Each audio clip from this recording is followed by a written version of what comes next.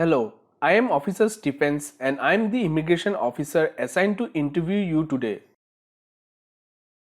مرحبا، أنا ضابط ستيوفنز وأنا ضابط الهجرة المكلف بمقابلتك اليوم.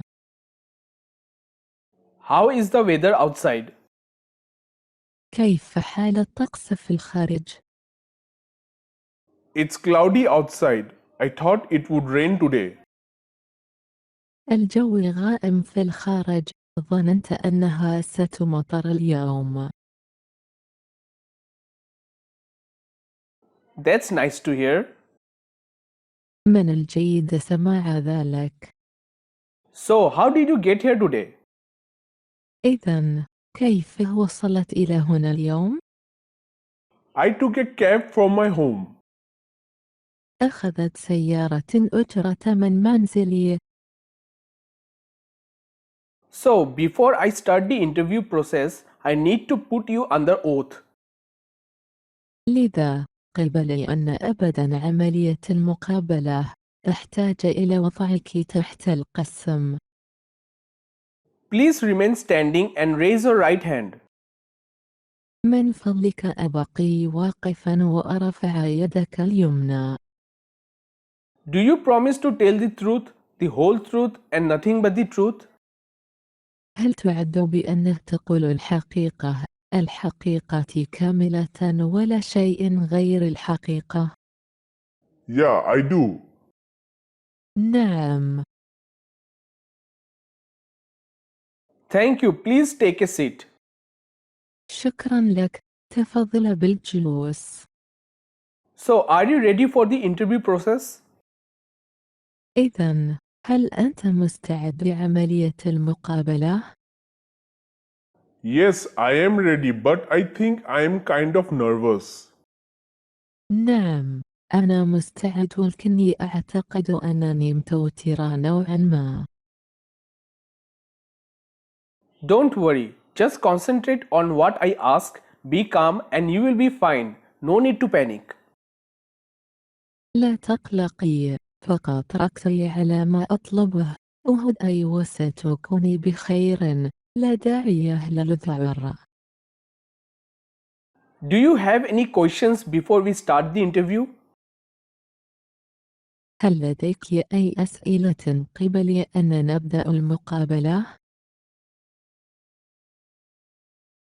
I just want to inform you that I had a traffic ticket last year, but I was able to finish the classes by the required time in the county where the ticket was given.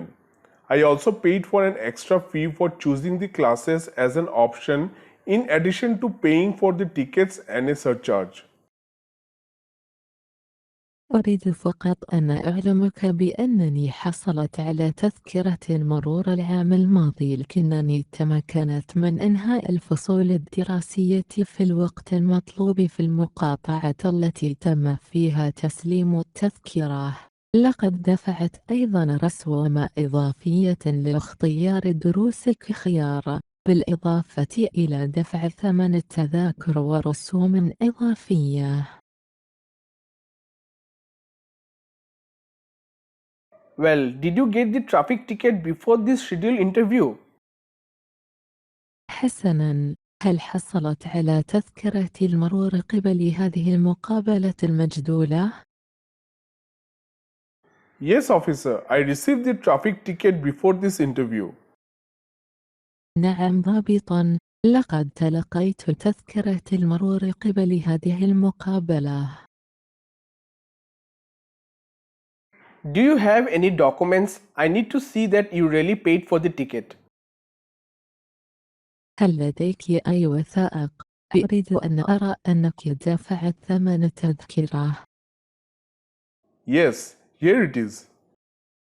نعم، ها هي. It's really good that you mentioned about this incident before the interview process. من الجيد حقا أن تكون قد ذكرت هذا الحادث قبل عملية المقابلة. So, did anyone got hurt? إذن، هل أصيب أحد؟ No, officer. Fortunately, no one got hurt. لا، ضابط. لحسن الحظ لم يصب أحد. Okay, that's good to hear. حسناً، من الجيد سماع ذلك. Now, let's begin the interview. الآن لنبدأ المقابلة. Why do you want to become an American citizen?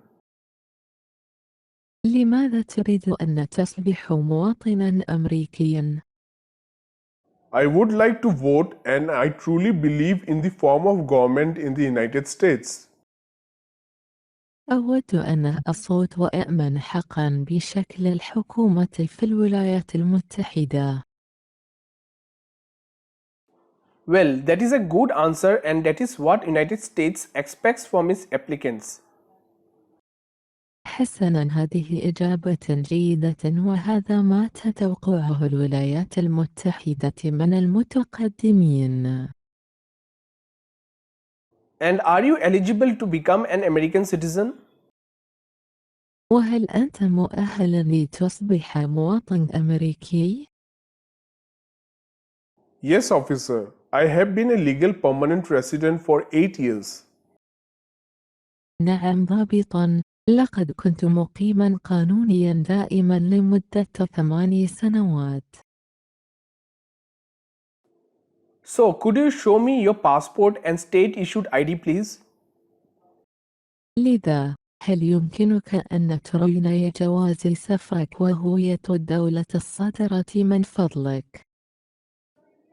Yes, officer. Here are all of my documents. نعم أيها الضابط، إليك جميع وثائقي. Okay, thank you. حسناً، شكراً لك. You are welcome, officer. أنت ضابط ترحيب. So, I will review the application form and check if there are any changes. إذن، سأراجع استمارة الطلب وسأتحقق مما إذا كانت هناك أي تغييرات. What is your first name? ما اسمك الأول؟ Hassan. حسان. What is your last name? ما اسمك الأخير؟ Ali. علي. What is your current legal name? ما هو اسمك القانوني الحالي؟ Hassan Ali. حسن علي. And do you have any other names or have you used any other names? وهل لديك أي أسماء أخرى أم أنك استخدمت أي أسماء أخرى؟ Yes, officer. Hassan Muhammad. نعم الضابط حسن محمد. Do you want to change your name? هل تريد تغيير اسمك؟ No. لا. When did you become a permanent resident? متى أصبحت مقيما دائما؟ January 15, 2011. 15 من يناير 2011. But in your application form it is written January 15, 2010. ولكن في نموذجنا الطلب الخاص بك هو مكتوب في 15 من يناير 2010.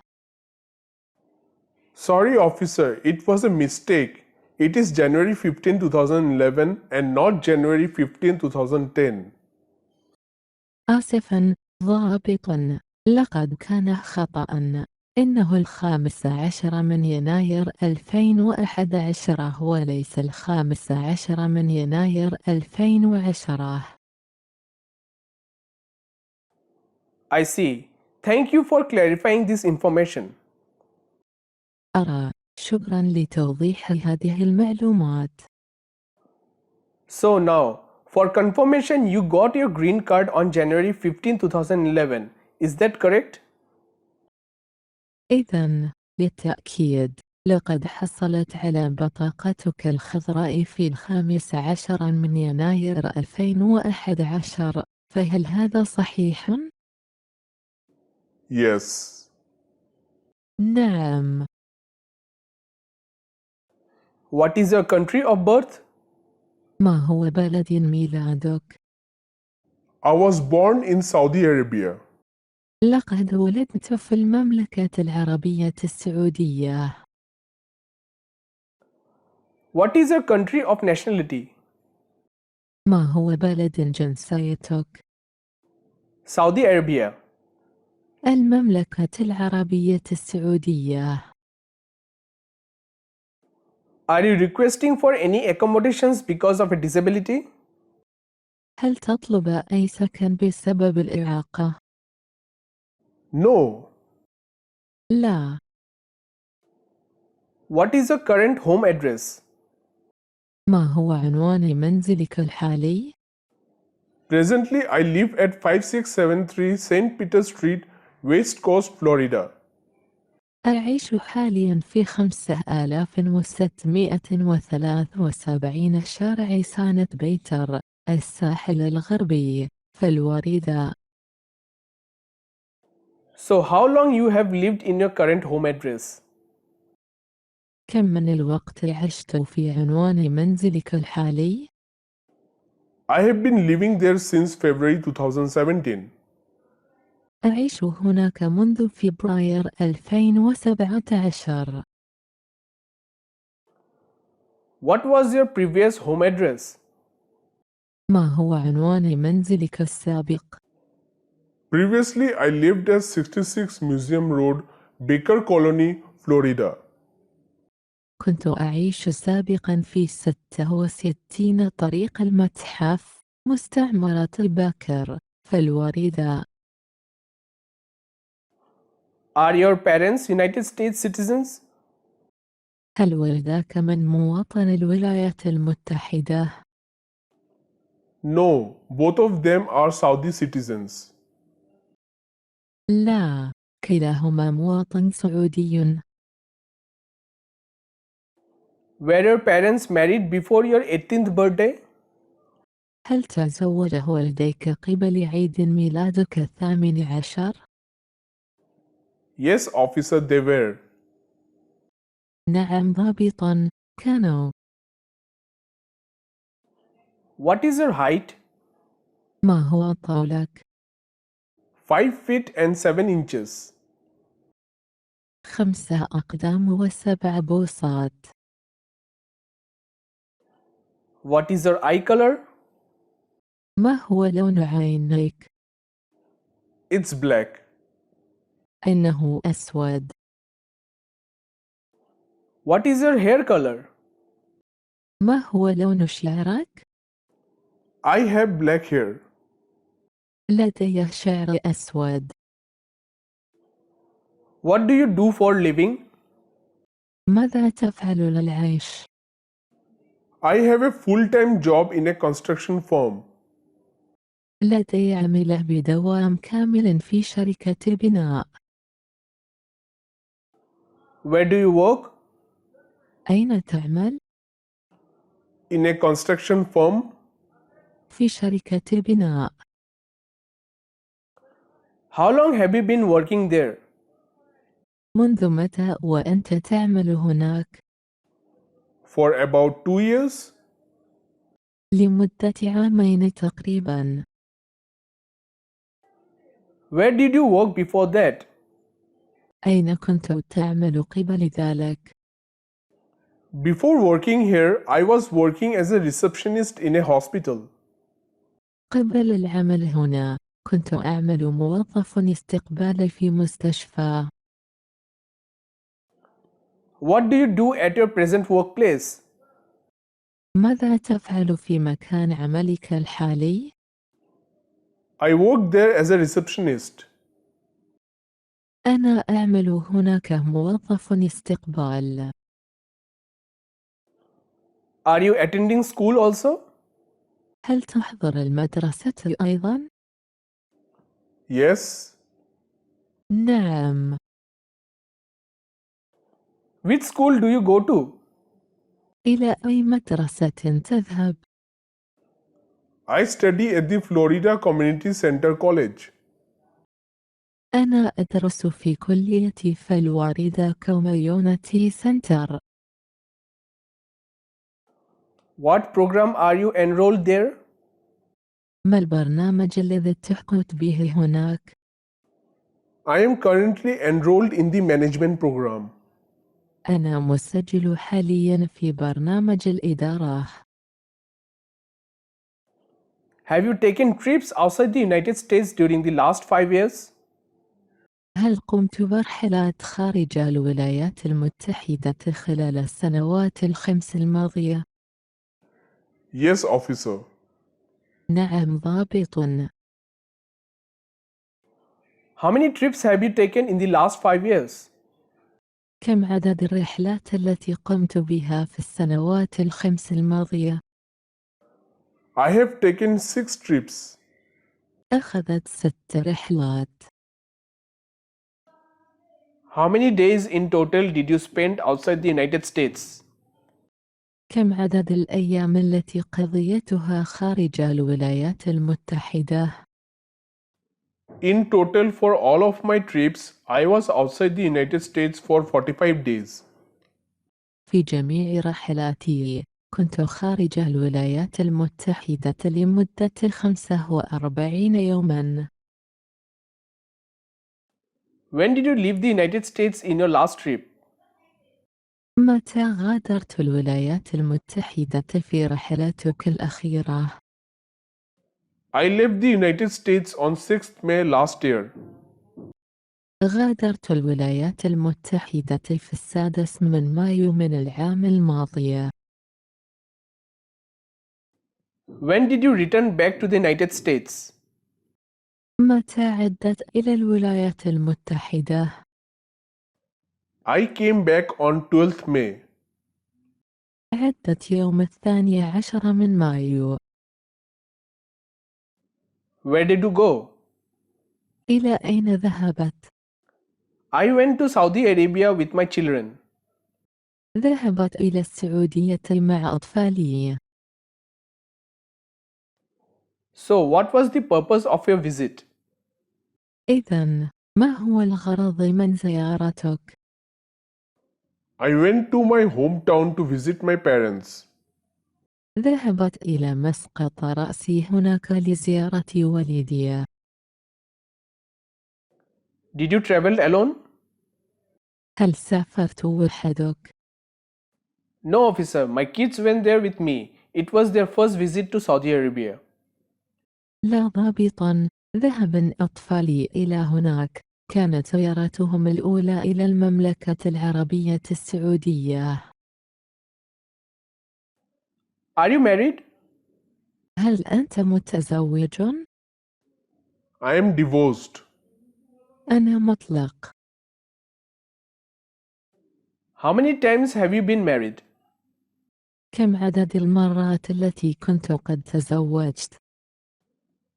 I have been married only once. لقد تزوجت مرة واحدة فقط. What is your ex-wife's name? ما اسم زوجتك السابقة؟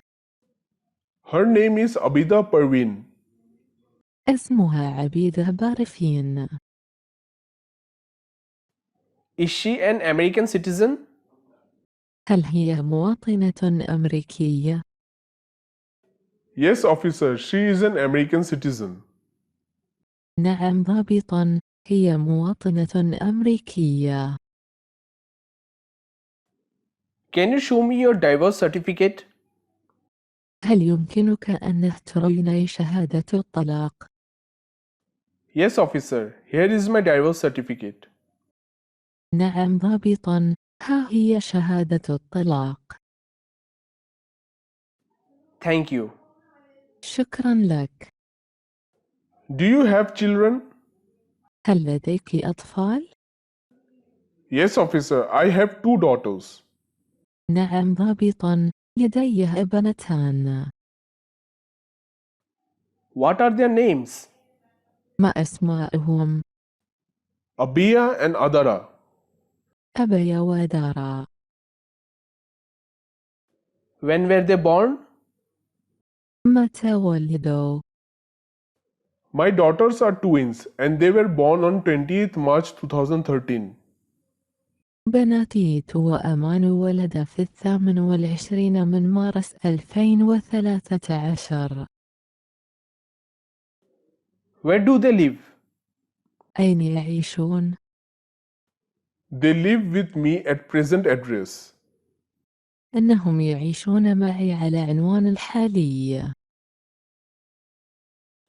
Are they United States citizen? هل هم مواطنون أمريكيون؟ Yes, officer. They were both born and raised in United States. نعم ضابطا. لقد ولدوا ونشأوا في الولايات المتحدة. What is your relationship to your children? ما علاقتك بأطفالك؟ They are both my biological children and I am their father. كلاهما أطفالي البيولوجين وأنا ودهم. Okay, let us move on to the next part of the interview. حسناً، لننتقل إلى الجزء التالي من المقابلة. Have you ever claimed to be a United States citizen? هل ادعيتم يوماً بأنكم مواطنون أمريكيون؟ No. لا. Have you ever voted in any United States election? هل سبق لك أن صوتت في أي انتخابات بالولايات المتحدة؟ No. لا. Can you explain title of nobility? هل يمكنك شرح لقب النبلاء؟ Yes, it is a position given to a king or a queen, prince or princess.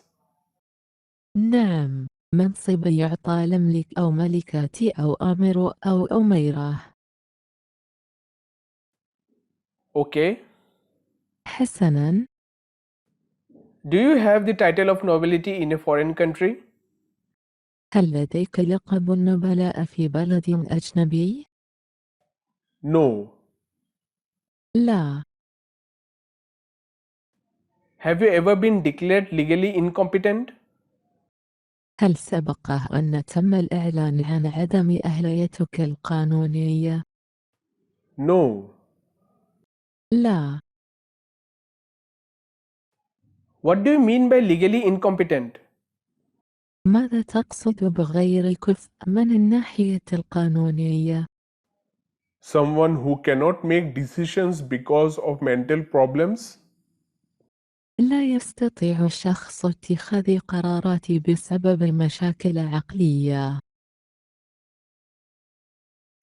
Did you ever fail to file any taxes or owe any taxes? هل سبق لك أن فشلت في تقديم أي ضرائب أو كنت مدينا بأي ضرائب؟ I always pay my taxes on time and I do not owe any taxes. أنا دائما أدفع ضرائبي في الوقت المحدد ولا أدين بأي ضرائب. What do you mean by filing a tax return? ماذا تقصد بتقديم الإقرار الضريبي؟ It is a statement of income which is to be furnished by a taxpayer to the income tax department.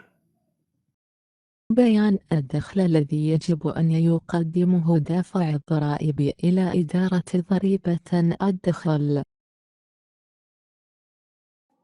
And what do you mean by failing to file a tax return?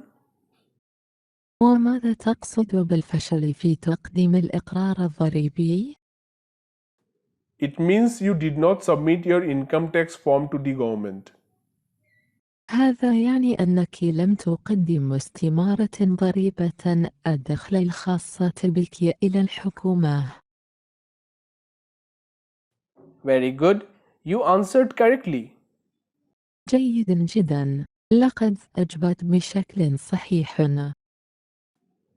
Have you called yourself a non-US resident since you became a lawful permanent resident? هل سميت نفسك بالغير مقيم في الولايات المتحدة منذ أن أصبحت مقيما قانونيا دائما؟ No, officer, never. لا ضابطا أبدا. Do you belong to any organization or groups? هل تنتمي لأي منظمات أو مجموعات؟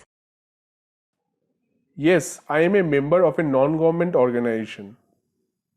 نعم، أنا عضو في منظمة غير حكومية. How long have you been a member? منذ متى وأنت عضو؟ For 2 years now. لمدة 2 حتى الآن. What does this NGO do? ماذا تفعل هذه المنظمة غير الحكومية؟ In this non government organization, we deal with feeding homeless people. في هذه المنظمة غير الحكومية نتعامل مع إطعام المشردين. Okay, that's nice. حسناً، هذا لطيف. Have you ever been a member of Communist Party? هل سبق لك أن كنت عضواً في الحزب الشيوعي؟ No, never. لا، أبداً. Have you ever been confined to a mental institution or considered legally incompetent? هل سبق لك أن اقتصرت على مؤسسة عقلية أو اعتبرت غير الكفاء من الناحية القانونية؟ No, never. لا أبداً. What do you mean by a mental institution? ماذا تقصد بمؤسسة عقلية؟ It is a hospital for people with mental or emotional problems. إنه مستشفى للأشخاص الذين يعانون من مشاكل نفسية أو عاطفية. Have you ever advocated the overthrow of any government by either force or violence? هل سبق لك أن دافعت عن إسقاط أي حكومة بالقوة أو العنف؟ No, never. لا، أبداً. Have you ever been arrested or committed a crime? هل سبق أن اعتقلت أو ارتكبت جريمة؟ No, never. لا، أبداً. What do you mean by being arrested? ماذا تقصد بالاعتقال؟ The act of apprehending a person and taking him into custody, usually because they have been suspected of committing a crime. عملية القبض على شخص واحتجازه، عادة بسبب الاشتباه في ارتكابه جريمة. Have you ever persecuted any person because of race, religion, political opinion, or national origin? هل سبق لك أن ابتعدت أي شخص بسبب العرق أو الدين أو الرأي السياسي أو الأصل القومي؟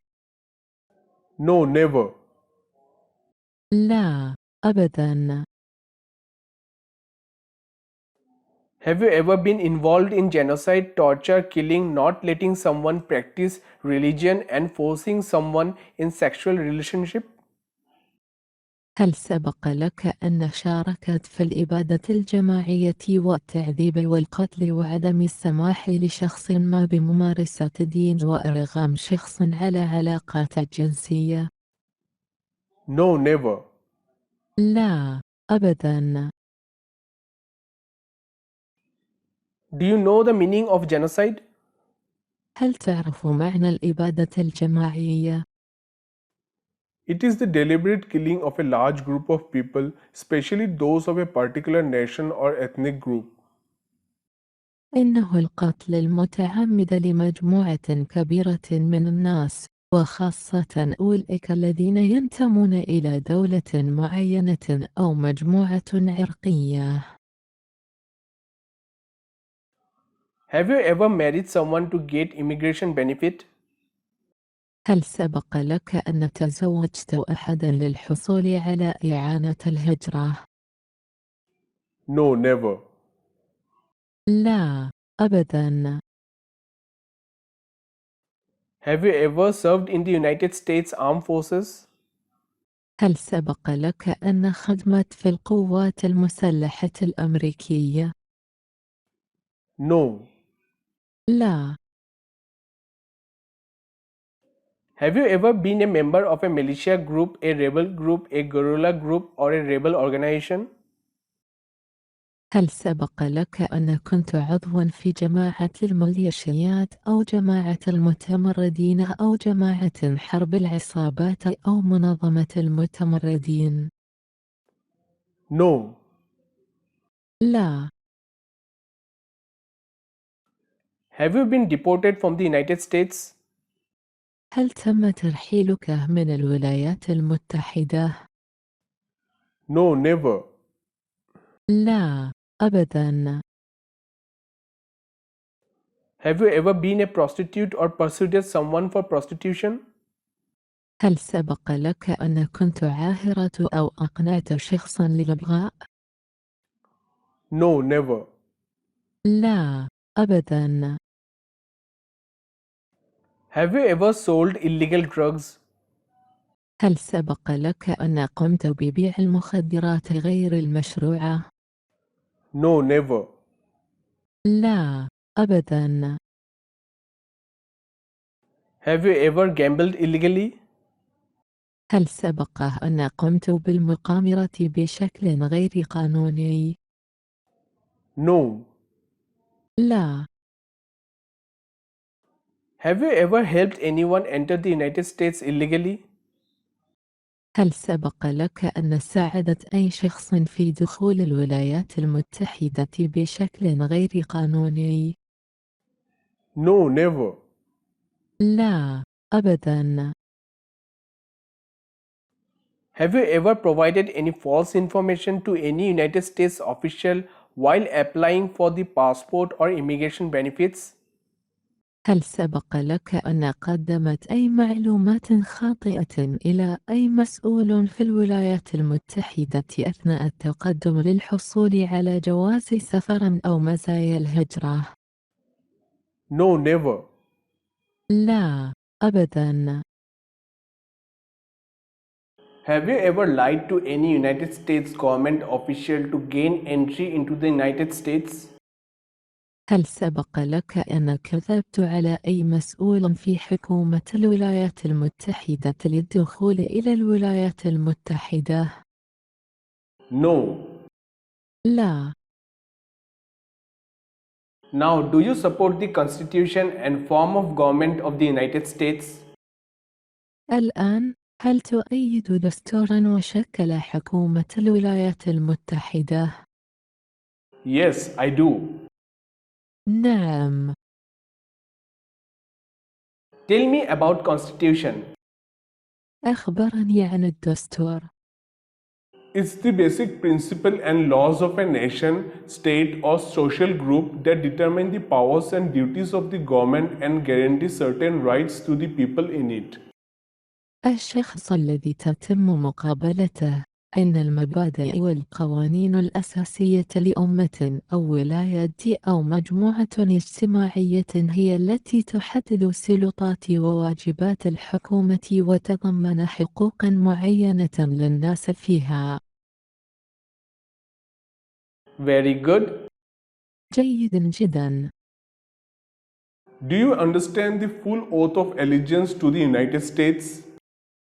هل تفهم يمين الولاء الكامل للولايات المتحدة؟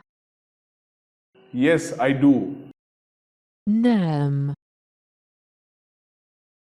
Are you willing to take the full oath of allegiance to the United States? هل أنت على استعداد لأداء قسم الولاء الكامل للولايات المتحدة؟ Yes, I do. نعم. If the law requires it, are you willing to bear arms in the United States Army? إذا كان القانون يتطلب ذلك، هل أنت على استعداد لحمل السلاح في جيش الولايات المتحدة؟ Yes, I do. نعم. If the law requires it, are you willing to perform non-combatant services in the United States Armed Forces? إذا كان القانون يتطلب ذلك، هل أنت على استعداد لأداء خدمات غير المقاتلين في القوات المسلحة للولايات المتحدة؟ Yes, I do. نعم. Are you willing to help the government during a national emergency? هل أنت على استعداد لمساعدة الحكومة في حالات الطوارئ الوطنية؟ Yes, I do. نعم. Do you promise that everything you said is true? هل تعد بأن كل ما قلته صحيح؟ I do. نعم. Now, I have asked all the required questions and now I want you to sign the application. الآن لقد سألت جميع الأسئلة المطلوبة والآن أريدك أن توقعي على الطلب. Kindly review the details and make sure everything is correct. يرجى مراجعة التفاصيل والتأكد من صحة كل شيء. Everything is correct, officer. كل شيء صحيح أيها الضابط. Now we will be moving on the English reading and writing test. Are you ready? سننتقل الآن إلى اختبار القراءة والكتابة باللغة الإنجليزية. هل أنت مستعد؟ Yes, officer. نعم، ضابط. Please read the sentence. يرجى قراءة الجملة. Who was President Lincoln? Very good. Now please listen and write it. جيد جدا. الآن يرجى الاستماع وكتابته. Lincoln was the president during the Civil War. I have written it down. Here it is. لقد دونتها. ها هي. Excellent. ممتاز. You passed the test. لقد أجتزت الاختبار. Let's start the civil test. فلنبدأ الاختبار المدني. Yes, officer. نعم، ضابط.